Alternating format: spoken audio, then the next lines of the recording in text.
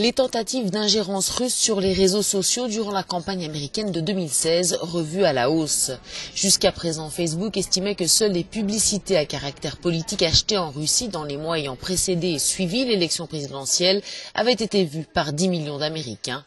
Le groupe avance aujourd'hui le chiffre de 126 millions d'internautes.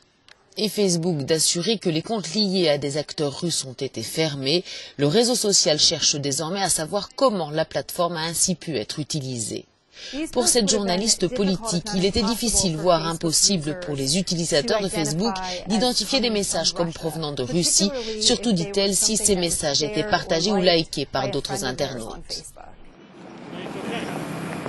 Si les spécialistes estiment qu'adresser des messages politiques sur les réseaux sociaux ne fait finalement pas une grande différence, pour ce professeur de l'université George Washington, cette affaire pourrait être à l'origine d'un raz-de-marée en termes de désinformation et de propagande de la part d'acteurs étrangers.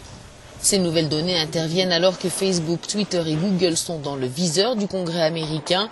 Les réseaux sociaux ont-ils servi pour de la propagande venant de Russie? C'est ce que vont tenter de définir des commissions parlementaires qui doivent auditionner des représentants des trois groupes durant 2 jours.